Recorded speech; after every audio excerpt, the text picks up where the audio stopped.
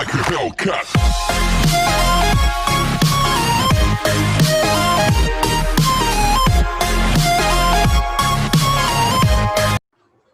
Sure, Abhi. Next is a various type of function. तो first one is one function. तो definition कुछ ऐसा है that f from a to b. Last lecture में हमने discuss करा था कि f means function है. यहाँ पे a to b बोला है तो a is domain and b is called codomain. Okay, ये सब चीज हम लास्ट लेक्चर में डिस्कस कर चुके हैं.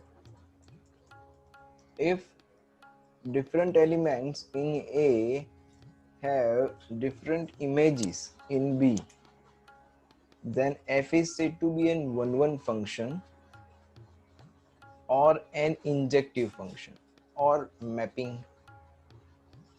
ये इंजेक्टिव फंक्शन वाला वर्ड याद रखना. ये उसकी मैथमेटिकल डेफिनेशन हुई. अब इसको ट्रांसलेट करते अपनी लैंग्वेज में.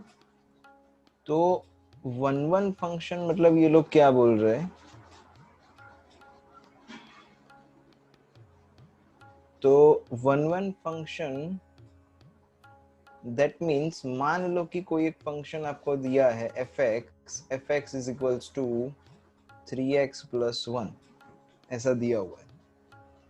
अब सोचो कि f ऑफ 1 का आंसर क्या आएगा. f ऑफ 1 मतलब क्या? सिंपली मुझे x की जगह पे यहाँ पे 1 रिप्लेस करना है. अगर लेफ्ट साइड पे मैंने x की जगह पे 1 रखा तो राइट साइड पे x की जगह पे 1 रखेंगे. तो answer is 3 × 1 + 1 that is equal to 4. ये 4 आंसर आया है ना. अब x की जगह पे आप 1 के अलावा और कौन सा नंबर रख सकते हो जिससे आंसर 4 आएगा? I repeat the question. x की जगह पे हमने 1 रखा तो आंसर 4 आया. अब ऐसा कोई वैल्यू बताओ 1 के अलावा जो x की जगह पे रिप्लेस करोगे आप तो वापिस आंसर आपके पास 4 आएगा.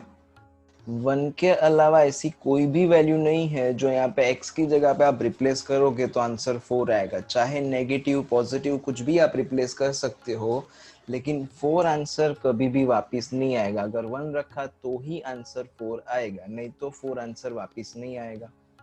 ओके, बट अगर यहाँ पे मैं x की जगह पे अगर x² कर दूं तो फिर मेरे पास ऑप्शन बचेगा कि f ऑफ 1 भी 4 आएगा एंड f ऑफ -1 भी 4 आएगा, क्योंकि -1 का स्क्वायर क्या होता है? +1 ही होता है. तो eight that time it is 3 × 1 + 4, 3 × 1 + 1 that is equals to 4 बन जाएगा. समझ में आया? अगर हम यहाँ पे 3x + 1 सोचते तो क्या था कि भी खाली f ऑफ 1 ही 4 आएगा और कोई भी वैल्यू के लिए आंसर 4 नहीं आएगा. तो this type of function are said to be one function. मतलब एक क्वेश्चन तो एक ही answer, that is called one function. एक क्वेश्चन तो एक answer which is called one function. अगर एक क्वेश्चन है एंड एक से ज्यादा आंसर है तो भी नहीं. एंड अगर एक आंसर के लिए 2 क्वेश्चन बनते हैं, जैसे अभी बना था कि भाई f x is equals to, मान लो यहाँ पे कि 3x² + 1 लेते हम तो f ऑफ 1 का आंसर भी 4 आता एंड f ऑफ -1 का आंसर भी 4 आता. ओके, तो यहाँ पे आंसर सेम है लेकिन क्वेश्चन जो है वो क्वेश्चन सेम नहीं है.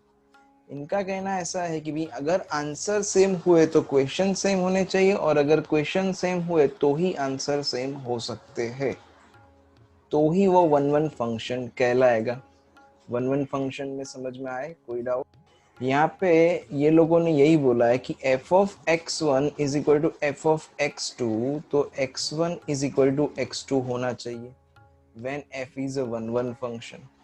तो लास्ट लेक्चर में हमने देखा था कि f अप्लाई करने से आपको इमेज मिलता है. मतलब f of 1 is equal to f of -1. अभी आया प्रीवियस जो एक एग्जांपल लिया था उसमें कि f of 1 is equal to f of -1, तो 1 इक्वल टू -1 होना चाहिए. ऐसा हो रहा है? नहीं सर, 1 इक्वल टू -1 तो नहीं होगा. तो अगर इमेज इज इक्वल है तो प्री इमेज भी इक्वल होने चाहिए, then and only then it is one one function. Okay, अब अगर इसको डायग्राम में समझे तो ये जो है वो एग्जाम्पल फंक्शन का है ही नहीं वैसे तो, क्योंकि फंक्शन में तो यहाँ से एक ही एरो जाना चाहिए, डोमेन में से एक से ज्यादा एरो नहीं जा सकते। पर हम एक एग्जाम्पल बनाते हैं, जैसे कि यहाँ पे set A and set B, and मान लो कि function from A to B दिया है। यहाँ पे 1 2 3 है, यहाँ पे ए बी सी डी है। तो 1 से एक एरो निकला एंड 1 कनेक्ट हुआ ए के साथ, 2 कनेक्ट हुआ डी के साथ एंड 3 कनेक्ट हुआ बी के साथ।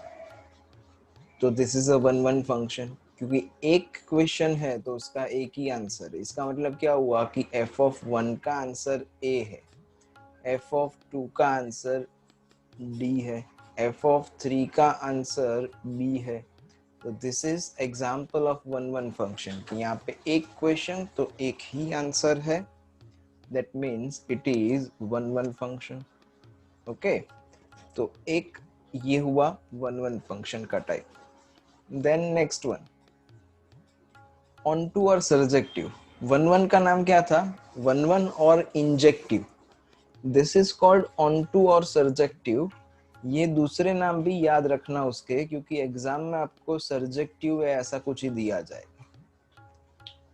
तो late f from a to b, if every element in b has at least one pre-image in a, then f said to be an onto function. Every element in b has at least one pre-image in a, then f said to be an onto function. कोई समझा सकता है? Definition of onto function क्या है कि अगर आप domain and codomain ले रहे हो तो onto function is depending upon codomain, and one one function जो है वो डोमेन कोडोमेन दोनों के ऊपर डिपेंड करेगा।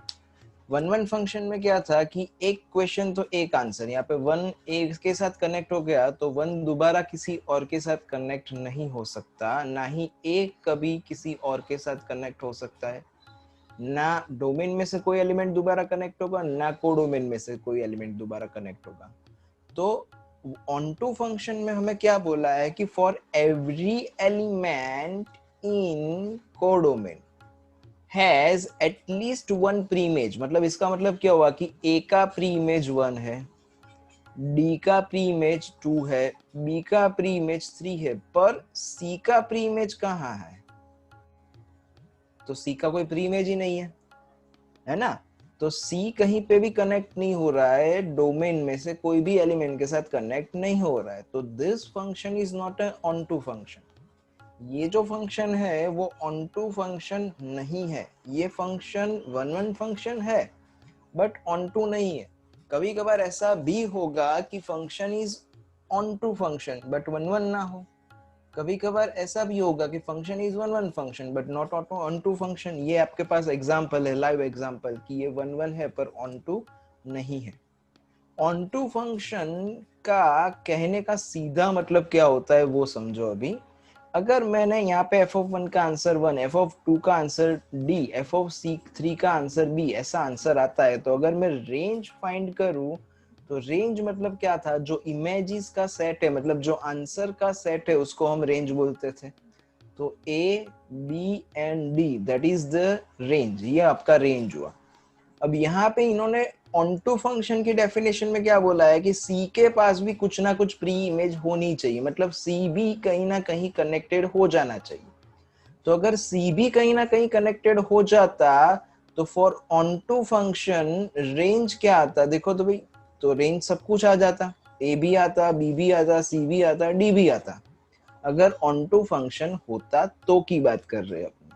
तो ऑनटू फंक्शन की रेंज ये होनी चाहिए, एंड आप सेट बी चेक करो तो दोनों सेम है। यस सर, दोनों सेम है। तो इनडायरेक्टली ये लोग क्या कहना चाहते हैं कि for onto function range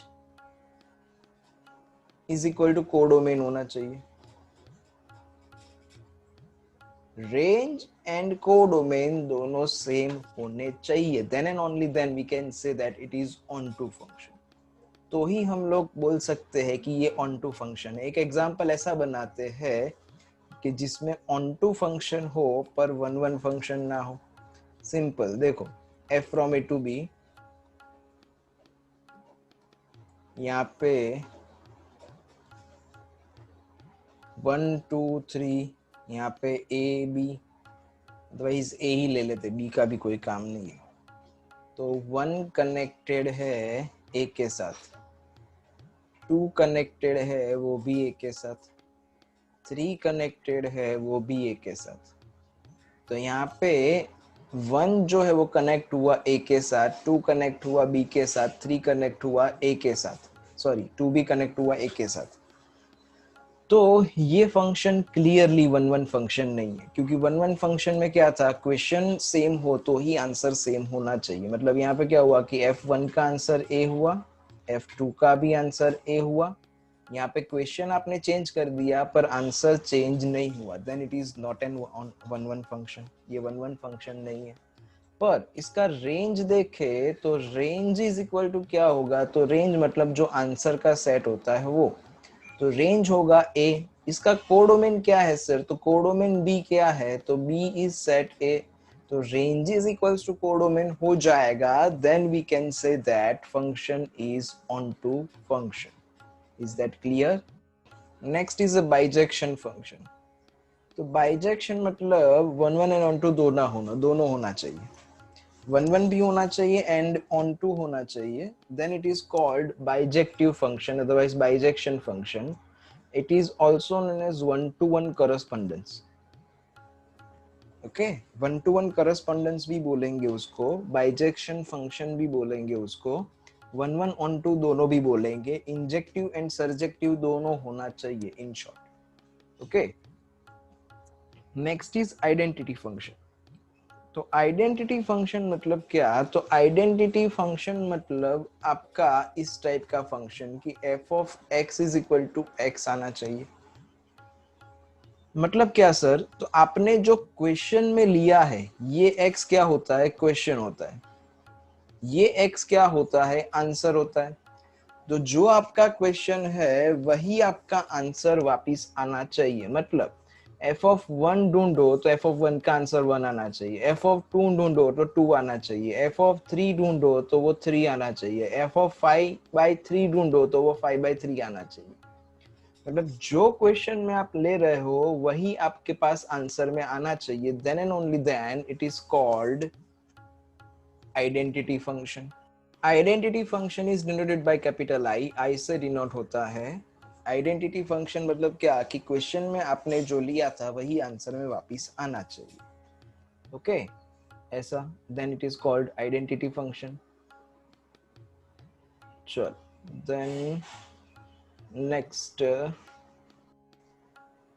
equal function.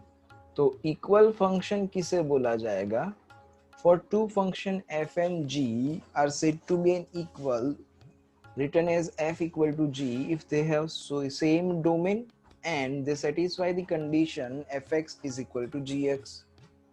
मतलब दो कोई फंक्शन ऐसे f from a to b, g from b a to b होना चाहिए, तो यहाँ पे डोमेन तो कंपलसरी सेम होना ही चाहिए। Okay and g of x and f of x ये भी सेम होना चाहिए, then and only then we can say that they are equal function.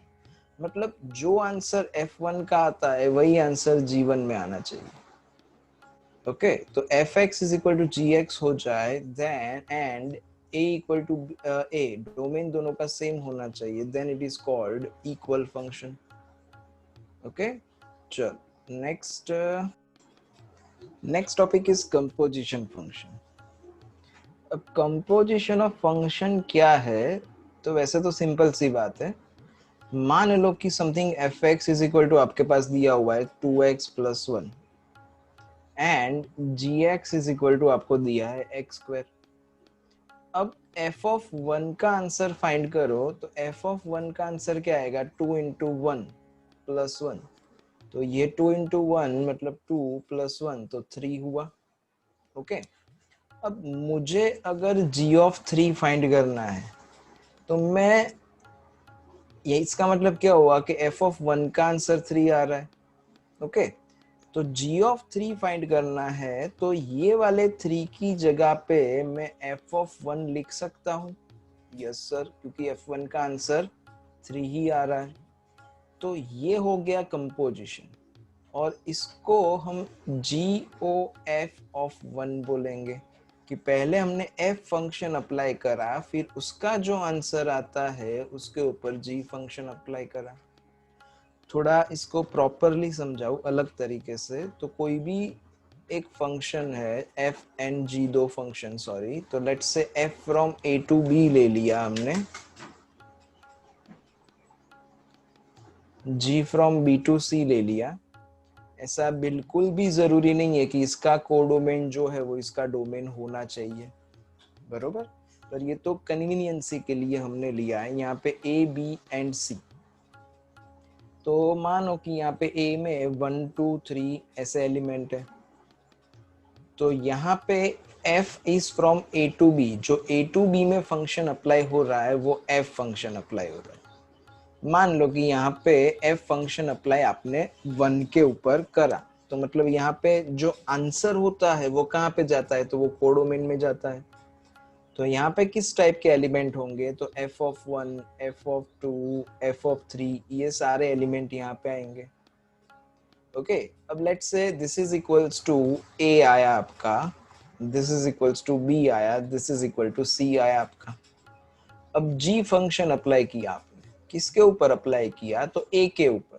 तो g ऑफ a फाइंड करा, g ऑफ b फाइंड करा, g ऑफ c फाइंड करा।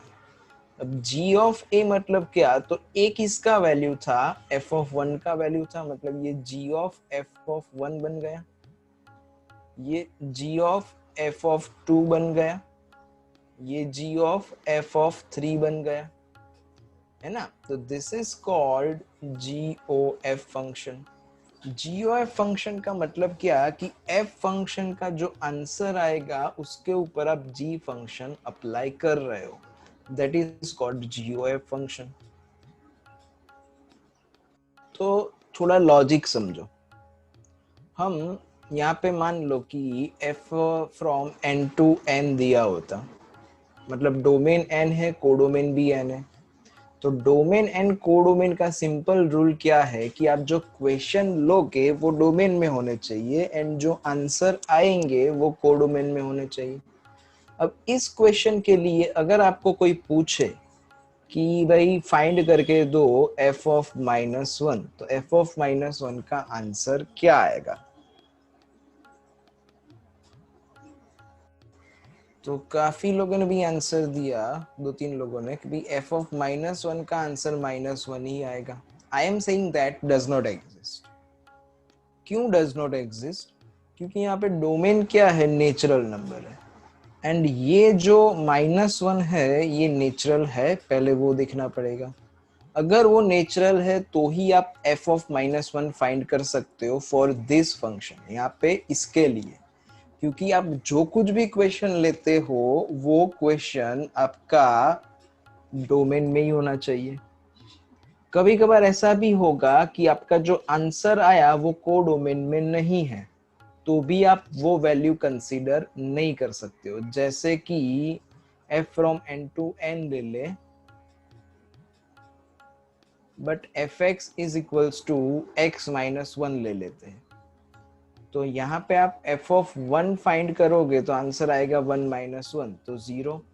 f of 1 मैं find कर सकता हूँ, यस सर आप कर सकते हो, क्योंकि domain is natural number and we know that 1 जो है वो नेचुरल नंबर ही है।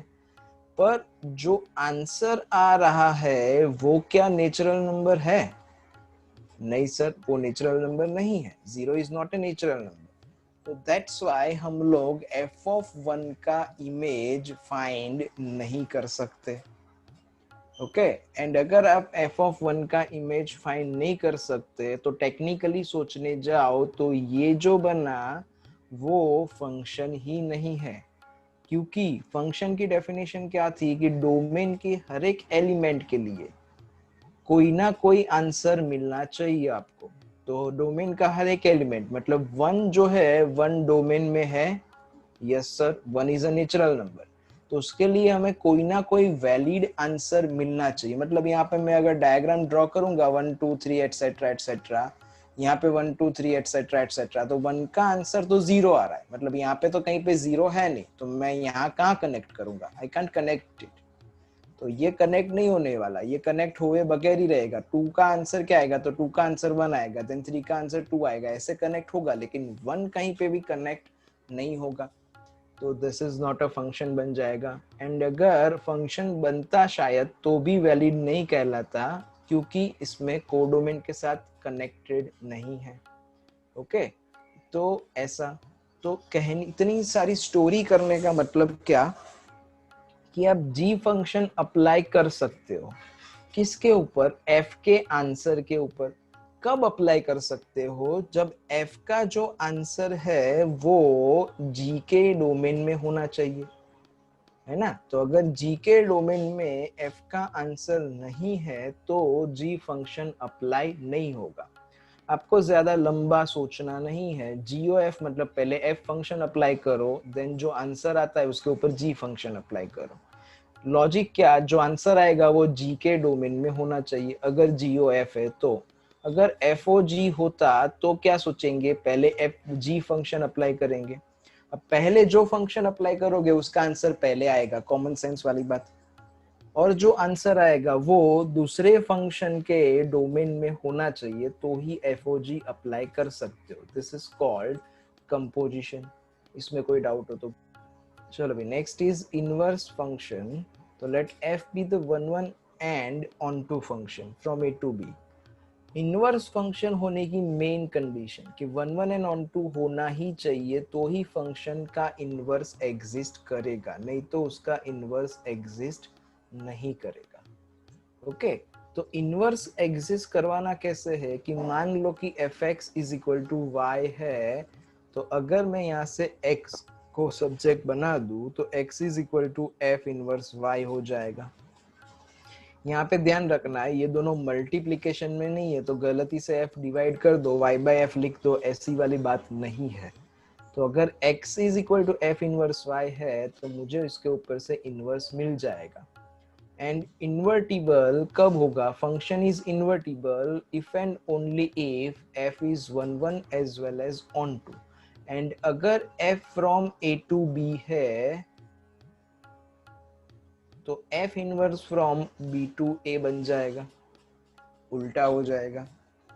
ओके, एक एग्जांपल लेते हैं कि लेट्स से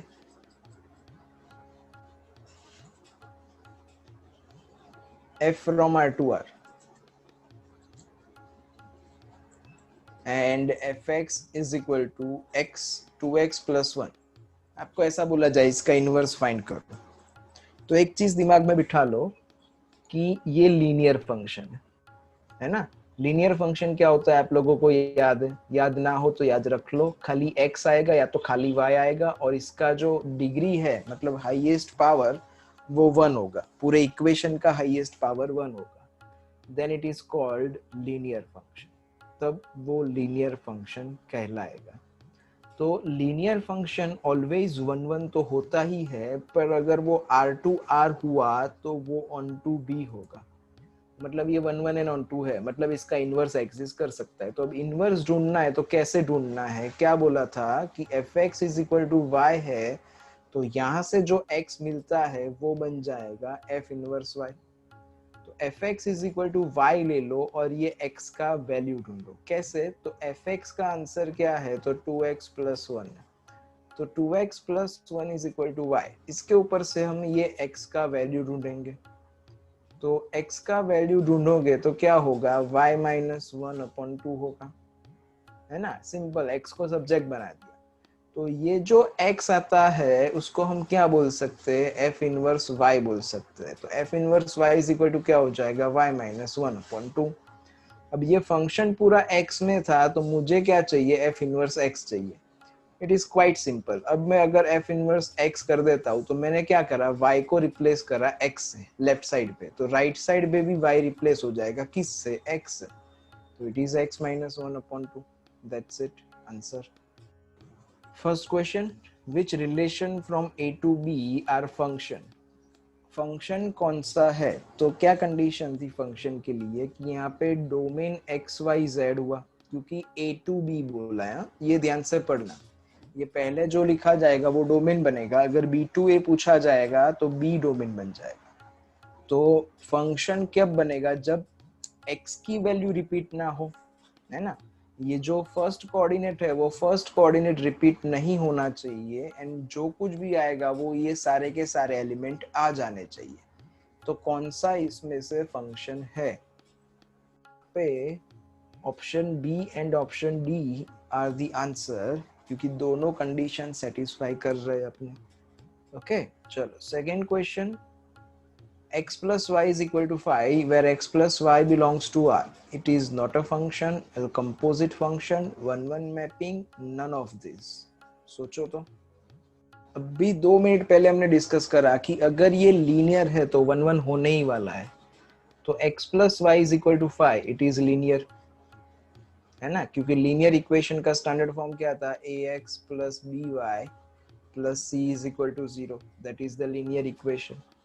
तो लीनियर इक्वेशन है, that's why it is 1-1, linear always 1-1 होता है, बरोबर। चलो then next, x is equal to 4 where x and y belongs to r, ये फंक्शन है कि नहीं। चलो भाई देखो, यहाँ पे x इज इक्वल टू 4 दिया है, उसकी जगह पे हम ऐसा लिख सकते हैं x plus 0y is equal to 4। तो इसका मतलब क्या हुआ कि x का आंसर 4 है। कब, अगर y की जगह पे 1 रखो तो भी 4 है, मतलब 4-1 कनेक्ट हो सकता है। y की जगह पे 2 रखो तो भी 4 है, ये भी कनेक्ट हो सकता है। y की जगह पे कुछ 1.5 रखते तो भी आंसर 4 ही आता। तो मतलब आप y का वैल्यू कुछ भी ले लो, x का वैल्यू 4 ही रहेगा। तो यहाँ पे ये क्या हुआ, डोमेन जो है ये डोमेन है, ये कोडोमेन है। तो कंडीशन क्या थी कि डोमेन यूनिक एलिमेंट के साथ कनेक्ट होना चाहिए। तो 4 एक बार 1 के साथ कनेक्ट हो गया, दैट्स इट, खत्म हो गया। अब दोबारा कहीं पे भी कोई भी वैल्यू के साथ कनेक्ट नहीं हो सकता अगर वो फंक्शन होता तो देखो तो भाई ये फंक्शन नहीं है, समझ में। क्वेश्चन नंबर 3 का answer not a function. Question number 4, y is equal to x square where x and y belongs to R. It is not a function, inverse mapping, none of this. क्या आ सकता है, जो answer है इसका answer आएगा function है ये, it is a function. Okay, inverse mapping कब हो सकता है, जब 1-1 एंड ऑन टू दोनों हो तब। ये फंक्शन 1-1 नहीं है, क्योंकि आप x की जगह पे 1 रखो तो भी y का आंसर 1, -1 रखो तो भी y का आंसर 1, मतलब आंसर सेम आए पर क्वेश्चन सेम नहीं है। क्वेश्चन एक बार हमने 1 रखा था, एक बार -1 रखा था। तो ये इनवर्स तभी होता है जब 1-1 एंड ऑन टू होता है। तो ये 1-1 नहीं है। 1-1 क्या था, एक क्वेश्चन के लिए एक आंसर, एक आंसर के लिए एक क्वेश्चन, बरोबर। यहाँ पे तो क्वेश्चन बदल रहे हैं पर आंसर नहीं बदल रहा है, तो वो 1-1 नहीं होने वाला है, दैट मीन्स इनवर्स नहीं होने वाला है। ओके, तो that's why answer is it is. यहाँ पे आपको ऑर्डर पेयर बनानी है x, y लाइक दिस। तो जिसमें क्या होना चाहिए, x is less than y होना चाहिए। तो मैं ऐसा लिख सकता हूँ कि 1,2, क्योंकि 1 जो है वो 2 से कम है। फिर 1,3 भी लिख सकते हैं। अब 1-1 फंक्शन के लिए क्या था कि ये फर्स्ट वैल्यू रिपीट नहीं होनी चाहिए, तो वो सॉरी, अगर फंक्शन का डेफिनेशन क्या था कि ये जो फर्स्ट वैल्यू है वो रिपीट नहीं होनी चाहिए, तो ही वो फंक्शन कहलाएगा। तो यहाँ पे फर्स्ट वैल्यू ही रिपीट हो रही है, तो अगर फर्स्ट वैल्यू रिपीट होगी तो it is not a function, ये फंक्शन नहीं है। क्लियर, किसी को कोई डाउट हो तो पूछ। Question number 6, the domain of the set 17 and 26, इसका डोमेन फाइंड करना है। तो डोमेन मतलब क्या, तो जो x की वैल्यू है दैट इज कॉल्ड डोमेन, तो 1 and 2। तो 1 2 जो है वो आपका डोमेन बन जाएगा, सिंपल।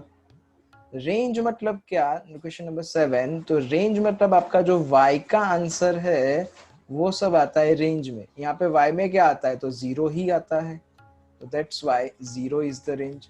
एक्चुअली यहाँ पे भी करली ब्रैकेट 1 2 लिखा होना चाहिए, इसका मतलब चेंज हो जाता है, पर अभी ऑप्शन में ऐसा दिया है तो हम ऐसा ही सोचते हैं 1, 2। ओके, चलो then next question number 8, domain and range of y is equal to x square, x comma y, मतलब ये x जो होगा वो डोमेन होगा, यहाँ पे ये जो y होगा वो आपका रेंज होगा। तो आप यहाँ पे क्वेश्चन में क्या लिख सकते हैं, दैट इज कॉल्ड डोमेन, और इसका आंसर क्या आएगा उसको बोलते हम range.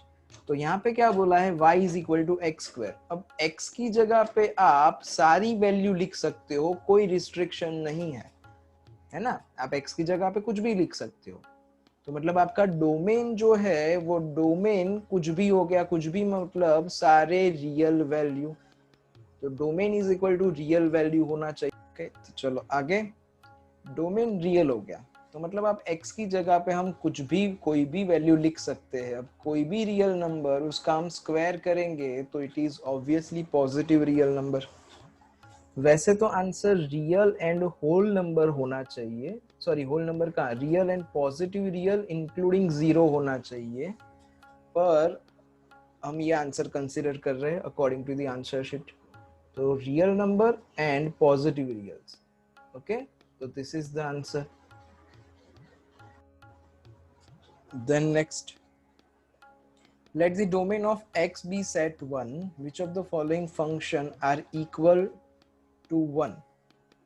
Domain of the set x be 1, मतलब x की जगह पे 1 रखो तो कौन से फंक्शन इक्वल आते हैं, तो यहाँ पे f ऑफ 1 करोगे तो 1 आएगा, g ऑफ 1 करोगे तो 1 आएगा। f ऑफ 1 मतलब x की जगह पे लेफ्ट साइड राइट साइड दोनों जगह पे 1 1 लिख लो, क्या आंसर आता है, तो 1 आंसर आता है। g ऑफ 1 मतलब सेम थिंग, x की जगह पे लेफ्ट एंड राइट दोनों साइड पे 1 1 प्लेस करो तो क्या आंसर आता है, 1 आता है। तो ये इक्वल फंक्शन है क्योंकि f of 1 and g of 1 equal आता है। अब इसके बारे में सोचे, यहाँ पे fa नहीं होगा, fx ही होगा, fx is equal to x and gx is equal to 1 minus x, तो ये इक्वल नहीं है क्योंकि f1 करोगे तो यहाँ पे 1 आएगा, पर g1 करोगे तो 1 माइनस 1 0 आ जाएगा, तो ये इक्वल नहीं है। यहाँ पे c फंक्शन, यहाँ पे x की जगह पे 1 प्लेस करो तो 1 प्लस 1 2 प्लस 2 4, और यहाँ पे x की जगह पे 1 प्लेस करो तो 1 प्लस 1 2 2 का स्क्वायर 4, है ना, तो ये इक्वल है।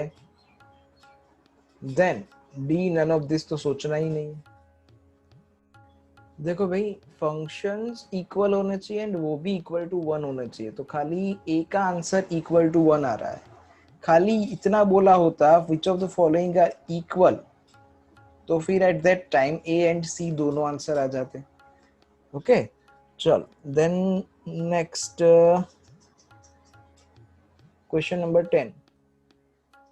तो question number 10 is quite easy.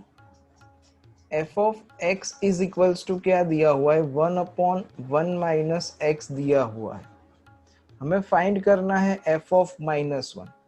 तो सिंपल, अगर लेफ्ट साइड पे x की जगह पे माइनस 1 रख रहा हूँ तो राइट साइड पे भी x की जगह पे माइनस 1 लिख देता हूँ, तो ये क्या बन गया 1 1 प्लस 1, तो ये बन गया 1 upon 2, that is the answer, तो आंसर इज 1 अपॉन 2। ओके, देखो तो भाई ये नेक्स्ट 11th करके दो तो क्या आंसर आएगा, तो इसका आंसर इज 3। चलो नेक्स्ट क्वेश्चन करते हैं। f of x is equals to 1 upon 1 minus x and g of x is equals to, देखो भाई f of x is equal to 1 upon 1 minus x and g of x is equal to x minus 1 upon x। अब ढूंढना क्या है हमें, ढूंढना है हमें F O G of x, तो F O G of X that is F of ji of X. ऐसा हुआ है ना। जैसे अभी हमने कंपोजिशन ऑफ फंक्शन समझा था, तो एक काम करते हैं, फॉर द कन्वीनियंसी हम इसका आंसर ए ले लेते हैं, इसका आंसर बी ले लेते हैं। आपकी मर्जी, आप एक्स एंड वाई को छोड़ के कुछ भी ले लो, कोई भी अल्फाबेट, फॉर द कन्वीनियंसी। ऐसा लेना ही पड़े ऐसा कुछ भी जरूरी नहीं है। तो F of ji of x, अब जी ऑफ एक्स का आंसर क्या आया आपका, ए आया, तो यहाँ पे रिप्लेस कर देते हैं ए।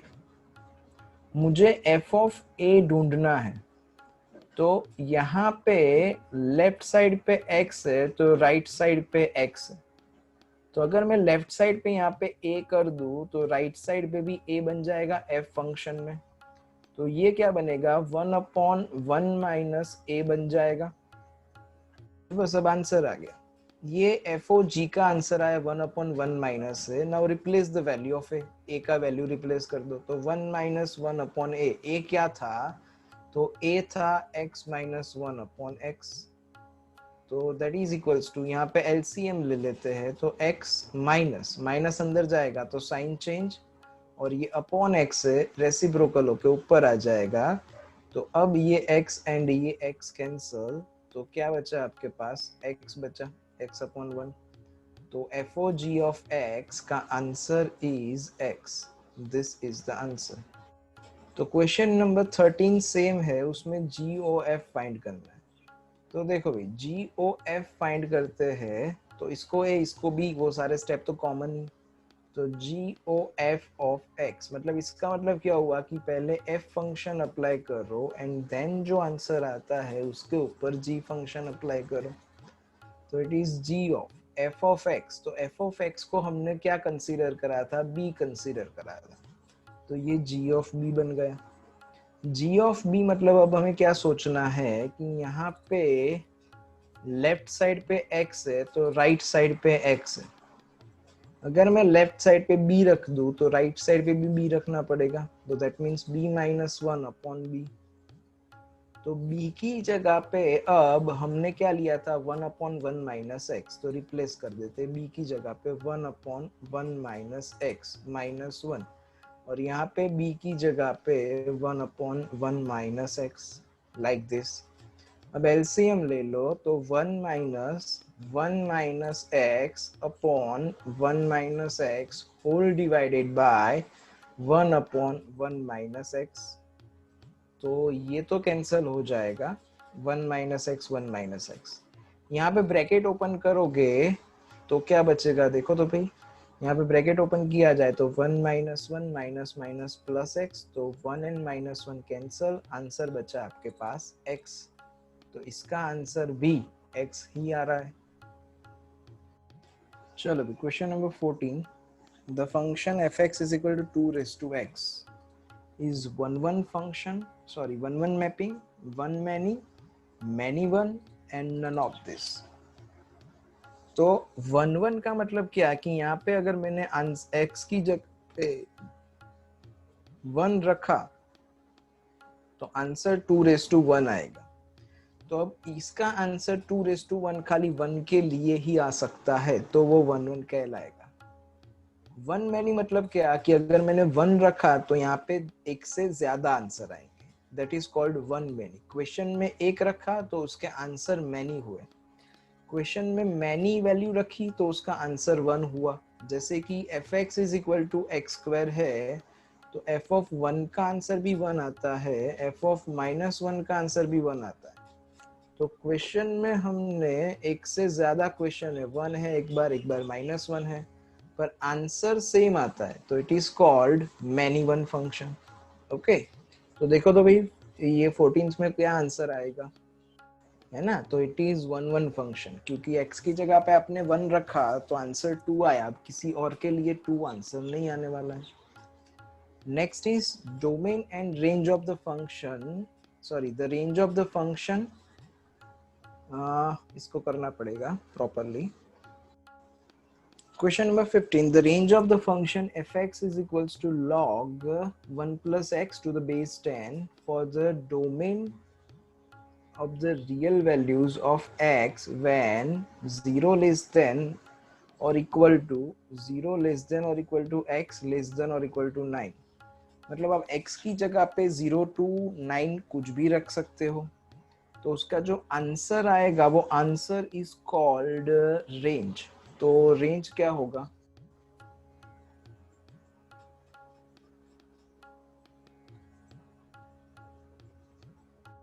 लॉग के टॉपिक में आपके काम का कितना है, जितना काम का उतना हम डिस्कस करेंगे। तो logarithm function and exponential function are inverse of each other. मतलब आपको ऐसा बोला हो कि 2 क्यूब इज इक्वल्स टू 8, तो मैं ऐसा बोल सकता हूं कि log 8 विथ बेस, ये बेस जो है वो इसका बेस बन जाएगा, with base 2 is equal to 3। Okay, तो मतलब log function and exponential function दोनों एक दूसरे के इनवर्स है। मतलब आपको यहाँ पे आपको ऐसा कुछ भी दे दिया हो कि log y with base 10 is equal to something 3, तो मुझे y फाइंड करना है, तो सिंपल ये जो बेस है वो इसका बेस बन जाएगा, तो y is equal to 10 cube बन जाएगा, मतलब 1000। अब log में सिंपल सा रूल ये है कि log 1 ऑलवेज 0 होता है विथ एनी बेस। यहाँ पे नीचे जो होता है उसको हम बेस बोलते हैं।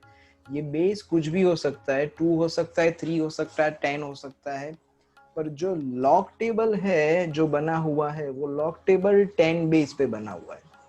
तो लॉग में यहाँ पे कुछ भी बेस हो, पर अगर आप log 1 का वैल्यू देख रहे हैं तो उसका आंसर 0 ही होगा। एंड सेकेंड प्रॉपर्टी, अगर log x with base x ऐसा दिया हुआ है, मतलब यहाँ पे जो बेस है वो और ये जो है वो दोनों अगर सेम होंगे तो उसका आंसर 1 आएगा। फर्दर यहाँ पे log में आप जो वैल्यू ले रहे हो, जिसके ऊपर आप log अप्लाई कर रहे हो, वो ऑलवेज पॉजिटिव ही होना चाहिए। कभी भी आप log ऑफ -2 नॉट डिफाइन, ये डिफाइन नहीं है। क्यों डिफाइन नहीं है सर? तो मान लो कि हम ऐसा सोचे कि log of -2 is equal to x answer आता है, विथ बेस 10 ले लो, चलो। तो इसका मतलब क्या हुआ, ये log फंक्शन है तो मैं एक्सपोनेंशियल फंक्शन में कन्वर्ट कर सकता हूँ। तो -2 is equal to 10 raise to x होगा। अब आप x की जगह पे कुछ भी वैल्यू रख लो, आंसर ऑलवेज पॉजिटिव आएगा, इसका आंसर कभी नेगेटिव नहीं आ सकता है। x की जगह पे चाहे -3 रख लो, तो 10 रेज टू -3 मतलब 1/10 होता है, 1/10 क्यूब होगा, जो आंसर आएगा वो तो पॉजिटिव ही रहेगा। मतलब एक्सपोनेंशियल फंक्शन जो है कभी भी नेगेटिव नहीं होता, दैट्स व्हाई कभी भी नेगेटिव नंबर के ऊपर आप log अप्लाई नहीं कर सकते। आपको बेसिक फंडा यही समझना है कि log 1 ऑलवेज 0 होता है, एंड यहाँ पे अगर सेम हुआ तो आंसर उसका 1 हो जाएगा। फर्दर अगर ऐसा कुछ है आपके पास, log 8 टू द बेस 2, इसकी वैल्यू फाइंड करनी है, तो हम इसको क्या करेंगे, ये 2 क्यूब लिखा जा सकता है, 8 मतलब। तो अगर ऐसा कुछ भी पावर है log में, तो log में पावर जो है वो कोएफिशिएंट बन जाएगा, मतलब ये आगे आ जाएगा। तो ये 3 log 2 बेस 2 बन जाएगा। एंड अगर ये दोनों सेम है, तो जैसे हमने सोचा आगे देखा कि अगर ये दोनों सेम है तो इसका पूरे का आंसर 1, तो ये पूरा आंसर 3 हो गया। इतनी बेसिक बातें आप समझो, अगर इससे ज्यादा कुछ हुआ तो हम डिस्कस कर लेंगे लॉग। यहाँ पे देखो आपको क्या बोला है कि x का वैल्यू 0 to 9 में हो सकता है, 0 भी हो सकता है, 9 भी हो सकता है। तो एक काम करते हैं, यहाँ पे x की जगह पे 0 लिख देते हैं। तो यहाँ पे x की जगह पे 0 लिख दो, तो क्या हुआ, log 1 plus 0 with base 10, तो that is equal to log 1, तो that is equal to 0। अब भी बोला क्यों, क्योंकि log 1 0 होता है विथ एनी बेस। अब यहाँ पे x की जगह पे मिनिमम वैल्यू रखी, अब x की जगह पे मैक्सिमम वैल्यू रखते हैं एंड देखते हैं क्या आंसर आता है। तो log 1 plus 9 with base 10, 1000। हाँ, तो that is equal to log 10 with base 10, तो आंसर इज 1। इसका मतलब क्या होगा कि मिनिमम वैल्यू इसका 0 होगा, मैक्सिमम वैल्यू इसका 1 होगा, तो जो आंसर है वो 0 एंड 1 के बीच में कहीं पे होना चाहिए। तो that's why answer is A and C, दोनों सेम ऑप्शन है, तो दोनों सेम, दोनों आ सकते हैं। 0 and 1. ये जो नोटेशन है that is for the interval. तो ये इंटरवल का मतलब क्या था भाई कि ये 0 एंड 1 मैथ्स में टोटल दो टाइप के इंटरवल होते हैं, एक क्लोज इंटरवल एंड एक ओपन इंटरवल. तो क्लोज इंटरवल मतलब स्क्वायर ब्रैकेट, ओपन इंटरवल मतलब राउंड ब्रैकेट. क्लोज इंटरवल का मतलब क्या हुआ कि ये जो, अगर मैं ऐसा लिखूं कि 0 एंड 1, तो इसका मतलब ऐसा हुआ कि इंक्लूडिंग 0 एंड इंक्लूडिंग 1. अगर मैं ओपन ब्रैकेट 0 1 लिखता हूं तो इसका आंसर क्या हुआ कि 0 less then x less then 1. मतलब एंड वैल्यूज जो है वो हम इंक्लूड नहीं करेंगे. ओके, जो एंड वैल्यूज है यहाँ पे वो इंक्लूड नहीं करेंगे, ओनली बिटवीन वैल्यूज. यहाँ पे क्या हुआ कि एंड वैल्यूज भी इंक्लूड करनी है एंड बिटवीन वैल्यूज भी इंक्लूड करनी है, that is called close interval. And furthermore यहाँ पे 0 एंड 1 के बीच में इनफाइनाइटली मैनी वैल्यूज है, क्योंकि हम रियल नंबर्स की बात कर रहे हैं. तो 0.01, then 0.0001, then 0.0002, then 0.0003, 0.99, 0.99991, etc etc. They are infinitely many values. आप इंटरवल नोटेशन तभी यूज कर सकते हो जब आप रियल नंबर के बारे में बात कर रहे हो. कोई कंफ्यूजन?